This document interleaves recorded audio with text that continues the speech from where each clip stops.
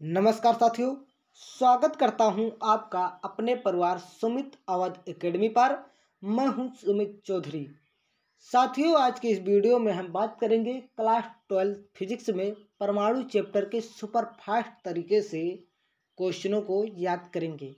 बच्चे, हम ये वीडियो 30 मिनट का बनाएंगे और 30 मिनट में हम बच्चे आपको 5 से 6 अंक देकर जाएंगे।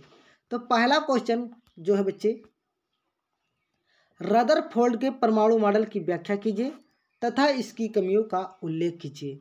यह बच्चे कहें तो अल्फा कणों के प्रकीर्णन के प्रयोग के आधार पर रदरफोर्ड का परमाणु मॉडल लिखिए। बच्चे अब आगे बढ़ते हैं, इसके सॉल्यूशन को देख लेते हैं। बच्चे, इसके प्रयोग में उन्होंने बताया परमाणु की सही संरचना जानने के लिए एक वैज्ञानिक थे बच्चे लॉर्ड रदरफोर्ड ने सन 1911 ईस्वी में एक प्रयोग किया। बच्चे, लॉर्ड रदरफोर्ड ने इस प्रयोग में पोलोनियम नामक रेडियो एक्टिव तत्व से कोई पोलोनियम नामक रेडियो एक्टिव तत्व से उच्च गतिज ऊर्जा से निकलने वाली अल्फा कण, बच्चे उससे क्या निकल रहा था? उच्च गतिज ऊर्जा में अल्फा कण निकल रहा था पोलोनियम रेडियो एक्टिव तत्व से। अल्फा कणों के एक बारीक किरण पुंज को, बच्चे उसके अल्फा कण के बारीक किरण पुंज को एक पतले स्वरपत्र पर बच्चे गिरा। ये किरण पुंज है बारीक, एक स्वरपत्र पर गिरा, जिसके आधार पर रदरफोर्ड ने निम्नलिखित महत्वपूर्ण निष्कर्ष प्राप्त किए हैं। बच्चे, कौन से निष्कर्ष प्राप्त किए, कैसे प्राप्त किए, इसको पहले मैं समझा देता हूँ। जब पर बच्चे एक स्वरपत्र पर अल्फा किरणों को गिराया बारीक किरण पुंज को, तो इसमें देखा उन्होंने कुछ किरणें सीधे निकल जा रहे थे बच्चे, कुछ मतलब साइड से होकर जा रही थी, कुछ 90 डिग्री, कुछ कैसे मतलब निकल कर जा ही रही थी। तो इससे उन्होंने तमाम प्रकार के निष्कर्ष निकाले। उस निष्कर्ष को हम अच्छे से समझ लेते हैं। बच्चे, उनका निष्कर्ष यहाँ पर दिखाया गया है। बच्चे, वही चित्र है लेकिन यहाँ पर दूसरी तरीका दिखाया गया है। यहाँ पर बच्चे ये क्या है? अल्फा किरण का पुंज है जो एक नाभिक से होकर निकल रहे हैं। क्लियर बच्चे? अब इसके हम एक एक निष्कर्ष को अच्छे से समझ लेते हैं। बच्चे, आप पहला बताओगे, अधिकांश अल्फा कण स्वरपत्र के आर पार बिना प्रभावित हुए सीधे ही निकल जाते हैं। इससे रदरफोर्ड ने निष्कर्ष निकाला कि परमाणु का अधिकांश भाग भीतर से खोखला होता है।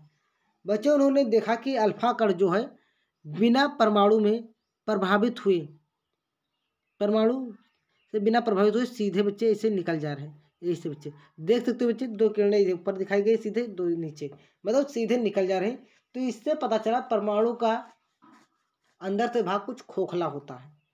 क्लियर? पहला निष्कर्ष ये निकाल दिया। दूसरा निष्कर्ष उन्होंने बताया कि अल्फा कण 90 अथवा अधिक कोण से प्रकीर्णित होते हैं। इससे यह पता चलता है कि परमाणु का केंद्रक धनावेशित तभी अल्फा कणों को प्रकाशित करता है। बच्चे, यहाँ पर समझा देते हैं। उन्होंने देखा कि कुछ किरणें ऐसे हट जा रही थी, कुछ 90 डिग्री से अधिक पर जा रही थी। तो इससे पता चला जो परमाणु का केंद्र है धनावेशित है। और बच्चे, अल्फा कण भी धनावेशित होते हैं। बच्चे, अल्फा कण भी धनावेशित होते हैं, तो एक दूसरे को प्रतिकर्षित करते हैं। दूसरे को क्या करते हैं बच्चे? प्रतिकर्षित करते हैं। तो इससे पता चला बच्चे अल्फा कण तो आपका धनावेशित था ही, ये होता ही है। और बच्चे, हमें पता करना था परमाणु की सही संरचना के जाने में। जब ये प्रतिकर्षित मतलब दूर हटने लगा, तो इससे उन्होंने पता लगा लिया कि हमारा जो परमाणु है उसका नाभिक भी धनावेशित है। यही बच्चे यहाँ, और जिससे वह अल्फा कणों को प्रतिकर्षित करता है। समझ में आ रहा होगा बच्चे? बच्चे, तीसरा पॉइंट क्या है? प्रत्येक परमाणु का समस्त द्रव्यमान तथा समस्त धनावेश परमाणु के केंद्र पर 10⁻15 मीटर त्रिज्या के सूक्ष्म गोलाकार स्थान में रहता है, जिसे नाभिक कहा जाता है। बच्चे, परमाणु का जो द्रव्यमान होता है बच्चे, द्रव्यमान, और बच्चे जो उसका धनावेश परमाणु का केंद्र, समस्त धनावेश बच्चे परमाणु के केंद्र पर होता है बच्चे, वो भी 10⁻15 मीटर त्रिज्या के सूक्ष्म गोलाकार स्थान में। बच्चे, ये आपको दिखाया गया है, ये गोलाकार, ये सूक्ष्म, इसी में सब होते हैं बच्चे, जिसे नाभिक कहा जाता है। क्लियर? चौथा पॉइंट बच्चे, नाभिक की चारों ओर, बच्चे ये नाभिक है, और नाभिक की चारों ओर, ये इसकी बात कर रहा है, नाभिक की चारों ओर 10⁻10 मीटर कोट बच्चे ये है। 10⁻10⁻⁻, कोट। बच्चे इधर किधर भी ले सकते हो त्रिज्या। 10⁻10 मीटर कोट की त्रिज्या वाले खोखले गोले में इलेक्ट्रॉन। बच्चे इसमें क्या होता है, इलेक्ट्रॉन वितरित होते हैं। इन इलेक्ट्रॉनों का कुल ऋणावेश, बच्चे जो इन इलेक्ट्रॉनों का जो कुल ऋणावेश है और नाभिक के धनावेश के बराबर होता है। जो बच्चे ये प्लस प्लस चार्ज दिखाई गए, इसके क्या होता है, बराबर होता है। क्लियर। तो हम अल्फा कणों के आधार पर ये परमाणु मॉडल की सही संरचना जान ली। अब बच्चे इसमें कमियां कुछ थी। तो बच्चे रदरफोर्ड के परमाणु मॉडल की कमियां, 2 कमियां थी बच्चे, आप देख सकते हो। पहला बच्चे हमें हेडिंग याद होना चाहिए, परमाणु के स्थायित्व के संबंध में। तो इसमें बताया उन्होंने, नाभिक के चारों ओर घूमते इलेक्ट्रॉन में अभिकेंद्र त्वरण होता है। उन्होंने बताया बच्चे क्या, नाभिक के चारों ओर घूमते इलेक्ट्रॉन में अभिकेंद्र त्वरण होता है। बच्चे आपको ऐसे भी जान लेना चाहिए, कोई चीज़ बच्चे अगर गोलाई में घूमती तो अभिकेंद्र त्वरण के कारण। तो बच्चे क्या, इलेक्ट्रॉन तो ऐसे घूम रहा था परमाणु के नाभिक में चारों ओर, तो इलेक्ट्रॉन त्वरण तो होगा, मतलब इलेक्ट्रॉन त्वरण मतलब घूमता तो बच्चे अभिकेंद्र त्वरण के कारण। बच्चे अभिकेंद्र त्वरण के कारण, कोई चीज़ गोल घूमता तो अभिकेंद्र त्वरण के कारण। तो इतनी बात तो बच्चे आपको ऐसे याद हो गया होगा।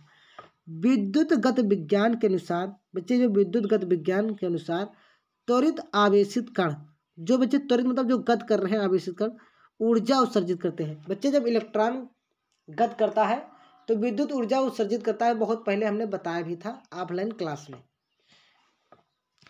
अतः नाभिक के चारों ओर विभिन्न कक्षाओं में घूमते इलेक्ट्रॉनों से, बच्चे नाभिक की चारों ओर विभिन्न कक्षाओं में घूमते इलेक्ट्रॉनों से विद्युत चुम्बकीय तरंगें लगातार उत्सर्जित होनी चाहिए।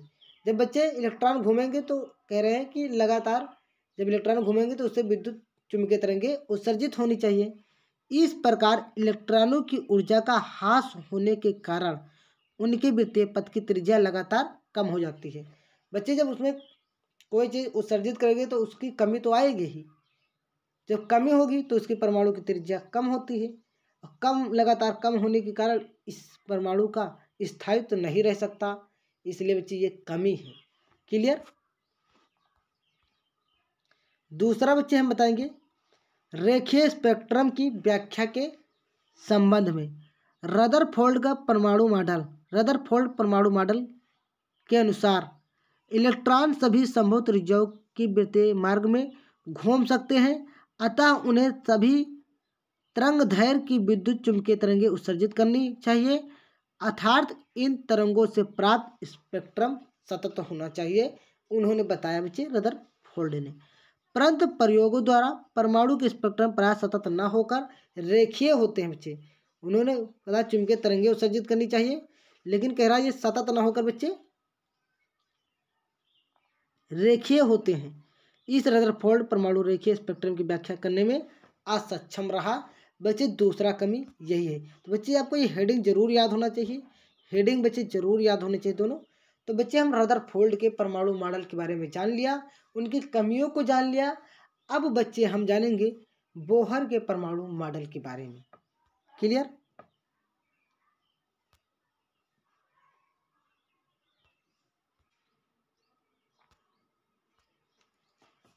बच्चे बोहर का परमाणु मॉडल की परिकल्पना दीजिए या बोहर का परमाणु मॉडल लिखिए। बच्चे वैसे क्वेश्चन करके आएगा। 3 परिकल्पनाएं उन्होंने दी हैं। तो बच्चे नील्स बोहर का परमाणु मॉडल, बच्चे हम इसको पढ़ेंगे। तो बच्चे 1913 ईस्वी में प्रोफेसर नील्स बोहर ने, बच्चे 1913 ईस्वी में प्रोफेसर नील्स बोहर ने एक परमाणु मॉडल प्रस्तुत किया जो प्लांक के क्वांटम सिद्धांत पर आधारित था। बच्चे बताया गया है सन 1913 ईस्वी में प्रोफेसर नील्स बोहर ने एक परमाणु मॉडल प्रस्तुत किया जो कि प्लांक क्वांटम के सिद्धांत पर आधारित था। प्लांक क्वांटम बच्चे एक वैज्ञानिक है, उनके सिद्धांत पर बच्चे, प्लांक एक वैज्ञानिक है बच्चे, उनके सिद्धांत पर यह आधारित था। अपने इस मॉडल के लिए बोहर ने निम्नलिखित नए अवग्रहित प्रस्तुत किए, मतलब 3 परिकल्पनाएं प्रस्तुत किए। ये भी बच्चे आप बता सकते हैं।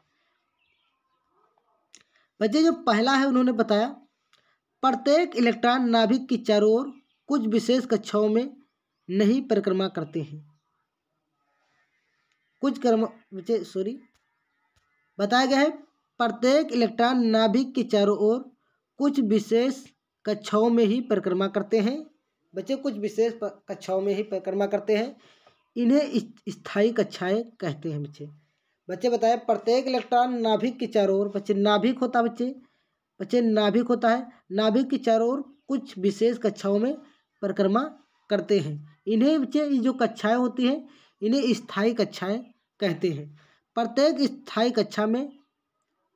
कक्षा के इलेक्ट्रॉन का कोणीय संवेग h/2π का पूर्ण गुणज होता है।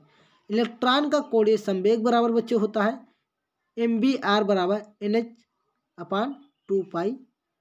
बच्चे जहाँ n बच्चे हमको बताए गए हैं n नंबर है, इसे कक्षा की क्रम संख्या या मुख्य क्वांटम संख्या कहते हैं। बच्चे दूसरा उन्होंने बताया इलेक्ट्रॉन को अपनी स्थायी कक्षा में घूमने के लिए आवश्यक अभिकेंद्र बल इलेक्ट्रॉन तथा नाभिक के बीच आरोपित होने वाले स्थिर विद्युत बल से प्राप्त होता है। बच्चे तो तुमको पता है कोई चीज़ अगर गोल गोल घूमेगा तो आवश्यक अभिकेंद्र बल स्थिर विद्युत बल के द्वारा प्राप्त होता है। क्लियर। दोनों का सूत्र है अभिकेंद्र बल का mv²/r और इसका होता है 1/4πε0। बच्चे यहाँ पे चित्र में आपको दिखाया गया है, ये कूलाम के नियम के अनुसार स्थिर विद्युत बल को दिखाया गया है। बच्चे यहाँ पर ZE होता है, यहाँ पर E होता है, तो ZEE² हो सकता है और दूरी क्या है बच्चे R। तो कूलाम के नियम आपको याद होगा, उसी से लिया गया है। बच्चे तीसरा क्या है, जब परमाणु का कोई इलेक्ट्रॉन किसी निम्न ऊर्जा स्तर से किसी उच्च ऊर्जा स्तर में प्रवेश करता है तो वह दोनों ऊर्जा स्तरों के अंतर के बराबर ऊर्जा का अवशोषण करता है। यदि उच्च से निम्न ऊर्जा स्तर में आता है तो वह उतनी ही ऊर्जा का उत्सर्जन करता है। बच्चे ये दोनों आपको फार्मूले लिख लेना है। बच्चे यही था बोहर का परमाणु मॉडल की 3 परिकल्पना। अब बच्चे हम बोहर के स्थायी कक्षाओं की त्रिज्या एवं स्थायी कक्षाओं के इलेक्ट्रॉन का वेग के बारे में जानेंगे। लेकिन बच्चे हमें वेग नहीं पढ़ना है, हमें बच्चे पढ़ना बोहर की स्थायी कक्षाओं में की त्रिज्या के बारे में। तो बोहर की स्थायी कक्षाओं की त्रिज्या का आप हेडिंग डालेंगे। बच्चे आप बताओगे इसमें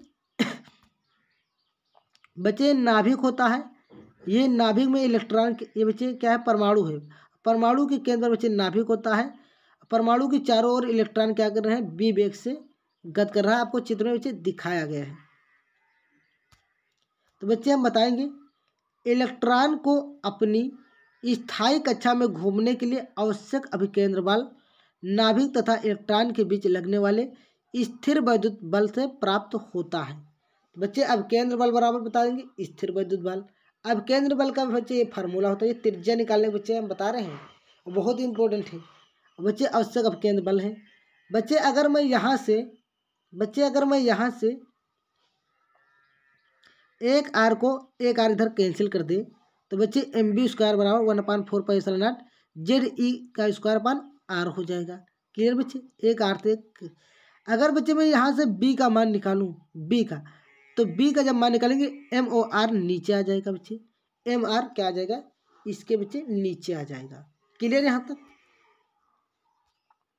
बच्चे ये त्रिज्या निकालने का हमने डेरिवेशन एक बार बताया भी था। बच्चे इसको आप जरूर कर लेंगे। बच्चे यहाँ b का मान जो है, b का मान बच्चे समीकरण 1 पे रख देंगे। बच्चे यहाँ पर b² के जहाँ पे, तो इस तरह सब कुछ पर बच्चे यहाँ पर रखेंगे तो स्क्वायर लग जाएगा, क्योंकि b का मान रख रहा हूँ बच्चे इस पर समीकरण 1 पर। और बच्चे ये साइड वाला वैसे लिख दिया गया। तो बच्चे ये सब पर स्क्वायर पढ़ा जाएगा, इसलिए n का स्क्वायर कर दिया गया, h का स्क्वायर कर दिया गया। बच्चे इसका कहेंगे तो 2 दूनी 4 हो जाएगा, π² m² बच्चे r², ये इस तरह आ गया। बच्चे यहाँ तक आपको समझ में आ गया होगा। बच्चे जो चीज़ कटने वाले हैं उसको काट दिया गया है। बच्चे एक आर थे, बच्चे इधर एक आर काट दिया गया। बच्चे एक m से ऊपर एक नीचे m काट दिया गया। 4π से बच्चे 4π काट दिया गया, एक पाई बच्चे यहाँ रह गया। अब बचे हुए शेष को यहाँ पर लिख दिया गया। बच्चे जो इधर बचा इसको यहाँ लिख दिया गया। बच्चे हमें r का मान निकालना है, तो r को रोक लिया दिया, r को बाहर कर लिया गया और ZE को यहाँ पर रख लिया गया। कोई दिक्कत। बच्चे r बराबर क्या हो जाएगा, बच्चे r आर को आगे इधर लिख लिया गया है बच्चे, आर को आगे इधर लिख लिया गया है, इसको बच्चे इधर लिख दिया गया, एन स्क्वायर को बच्चे बाहर कर लिया गया है। कभी कभी बच्चे सिद्ध करने के लिए ये आ जाता है ना बच्चे, तो इसलिए इसको क्या कर दिया गया, बाहर कर दिया गया। जहाँ पर बच्चे epsilon not, H, N, M तथा ई सभी नेतांक है, और परमाणु विशेष के लिए जेड भी एक नेतांक है। तो बच्चे इसको नेतांक बन गए। नेतांक मतलब क्या होता है, जब नेतांक जब बच्चे हम हटाते तो प्रपोर्शनल लगाते थे बच्चे, जब नेतांक हटाएंगे बच्चे प्रपोर्शनल लगा दिया गया, बस इस तरह आपका ये सिद्ध हो गया। अब बच्चे हम हाइड्रोजन स्पेक्ट्रम के बारे में पढ़ेंगे, बहुत ही इंपॉर्टेंट है। तो बताओगे बच्चे हाइड्रोजन स्पेक्ट्रम के बारे में। हाइड्रोजन का उत्सर्जन स्पेक्ट्रम प्राप्त करने के लिए, बच्चे हाइड्रोजन का उत्सर्जन स्पेक्ट्रम प्राप्त करने के लिए हाइड्रोजन की गर्म वाष्प को कांच के एक पात्र में रखा जाता है तथा उससे उत्सर्जित होने वाले समस्त विकिरणों को स्पेक्ट्रोमीटर के छिद्र पर आपतित कराया जाता है, जिससे पर्दे की काली पृष्ठभूमि पर कई चमकीली रेखाएं प्राप्त होती है। इन रेखाओं को 5 श्रेणियों में बांटा गया है बच्चे। तो यहाँ बच्चे क्या बताएगा, एक बार हम समझा दे रहे हैं। हाइड्रोजन का उत्सर्जन स्पेक्ट्रम प्राप्त करने के लिए बच्चे आप इतना बताओगे, प्राप्त करने के लिए हाइड्रोजन की गर्म वाष्प को, बच्चे हाइड्रोजन का हम गर्म वाष्प लेते हैं, कांच के एक पात्र में मतलब बर्तन में बच्चे रखा जाता है। उससे उत्सर्जित होने वाले समस्त विकिरणों, बच्चे जो उससे किरणें या विकिरण जो उपस्थित होती मतलब निकलती है बच्चे कह सकते हो, विकिरणों को स्पेक्ट्रमों के छिद्र पर आपतित कराया जाता है। बच्चे स्पेक्ट्रम का छिद्र लिया जाता है, उस पर क्या कराया जाता है, आपतित कराया जाता है, जिससे पर्दे की काली पृष्ठभूमि पर कई चमकीली रेखाएं, यहाँ पर पर्दा लेते बच्चे, वहाँ पर उन्होंने देखा कि कई चमकीली रेखाएं प्राप्त होती है। इन रेखाओं के आधार पर या कहते थे रेखाओं को 5 श्रेणियों में बांटा गया। तो बच्चे यहाँ पर आपको बताया गया 5 श्रेणी दिखाया गया है, चित्र आप अच्छे से नोट कर लीजिएगा बच्चे। यहाँ पर 1 श्रेणी, 2 श्रेणी, 3, 4, 5, 6 ऐसे एक अनंत वाली है बच्चे, ऐसे बांटा गया है। सबका पहले श्रेणी में लाइमन होता है, बामर होता है, पास्चन होता है, ब्रैकेट होता है, फुंड होता है बच्चे। ये चित्र आप अच्छे से बना लोगे। अब बच्चे हम लाइमन श्रेणी को हम समझ लेते हैं। लाइमन श्रेणी बच्चे क्या होता है, हाइड्रोजन परमाणु का इलेक्ट्रॉन, बच्चे हाइड्रोजन परमाणु का इलेक्ट्रॉन जब किसी उच्च ऊर्जा स्तर से, बच्चे जब किसी उच्च ऊर्जा स्तर से प्रथम ऊर्जा स्तर में संक्रमण करता है तो विकिरण उत्सर्जित होते हैं। इन श्रृंखला को लाइमन श्रेणी कहते हैं बच्चे। आपको पता है लाइमन श्रेणी क्या होती है, प्रथम कक्षा है। यहाँ पर बच्चे हम एक समझा देंगे, वैसे आप समझते चले जाना बच्चे। लाइमन श्रेणी बच्चे उच्च का मतलब होता है बच्चे इससे ऊपर, तो 2 भी है, 3 है, 4 है, 5 भी है, सब है, अनंत भी है ना बच्चे। तो वही होता है हाइड्रोजन परमाणु का इलेक्ट्रॉन बच्चे। हाइड्रो परमाणु के सारे इलेक्ट्रॉन है। इलेक्ट्रॉन जब किसी उच्च ऊर्जा स्तर मतलब ऊंचे से, बच्चे देखो ये ऊंचे से क्या आ रहा है, नीचे को आ रहा है बच्चे। इसका भी आया है, इसमें 2 नंबर का आया है बच्चे, इसे 3 नंबर का, 4 नंबर, मतलब हर कक्षाओं से बच्चे आया है, आप देख सकते हो। तो कह रहा उच्च ऊर्जा स्तर से प्रथम ऊर्जा स्तर में संक्रमण करता है तो वह विकिरण उत्सर्जित होते हैं, जिन्हें श्रृंखला का लाइमन श्रेणी कहते हैं बच्चे। हम फार्मूला लाइमन श्रेणी का है बच्चे, प्रथम कक्षा के लिए है। लाइमन श्रेणी क्या होता है, प्रथम कक्षा, इसलिए यहाँ पर एन स्क्वायर का मान क्या कर देगा, 1, 1 का स्क्वायर कर देंगे, यहाँ पर एन स्क्वायर है। ये फार्मूला आपको तैयार कर लेना है। लाइमन श्रेणी की रेखाएं बच्चे विद्युत चुंबकीय स्पेक्ट्रम के परावैंगनी भाग में प्राप्त होती ही, ये भी बता देना है। फिर बच्चे बामर श्रेणी आ जाता है। बामर श्रेणी में क्या, हाइड्रोजन परमाणु का इलेक्ट्रॉन जब किसी उच्च ऊर्जा स्तर से द्वितीय ऊर्जा स्तर में संक्रमण करता है तो जो विकिरण उत्सर्जित होते हैं उनकी श्रृंखला को बामर श्रेणी कहते हैं बच्चे। द्वितीय नंबर पर होता है तो यहाँ पर बच्चे 2 आ जाएगा, जहाँ पर 2 का बच्चे स्क्वायर, और सेम फार्मूला होता है बच्चे, सेम। तो बच्चे यहाँ पर देखो द्वितीय ऊर्जा स्तर में बच्चे बामर श्रेणी क्या है बच्चे आप बताओ कि उच्च ऊर्जा इलेक्ट्रॉन क्या होता है, द्वितीय ऊर्जा स्तर मतलब 3 नंबर वाले भी आते हैं, 4 नंबर, 5 सबकी रेखाएं बच्चे देखो दिखाई गई है। इसी तरह बच्चे हम कर लेंगे। बामर श्रेणी भी आप समझ गए बच्चे। ऐसे पास्टन श्रेणी में क्या होती है, हाइड्रोजन परमाणु का इलेक्ट्रॉन जब उच्च बच्चे वही चीज़ बार बार लिखा गया बच्चे, यहाँ पे देखो थोड़ा सा तृतीय आ जाता है, वहाँ पे बच्चे सेकंड वाले में चतुर्थी आ जाएगा बच्चे, आप देख सकते हो चतुर्थी आ गया, चतुर्थी आ गया। तो इसे हम करते चले जाएंगे बच्चे। ये नोट्स आप तैयार कर लीजिएगा बच्चे। इसमें क्या होगा, पंचम ऊर्जा स्तर के आ जाते हैं बच्चे, ये आपको तैयार कर लेना है। तो बच्चे इसका स्क्रीनशॉट आप ले लेकर इसको तैयार करें, और बहुत अच्छे से बच्चे इसको समझा दिया गया है बच्चे। हमने 30 मिनट कहा था, बिल्कुल से 20 मिनट में हमने आपके यहाँ पर 3 क्वेश्चन को तैयार किया बच्चे। एक क्वेश्चन तो 100% है इसमें से आने का। तो अगर वीडियो समझ में आया हो तो वीडियो को सब्सक्राइब करें। धन्यवाद।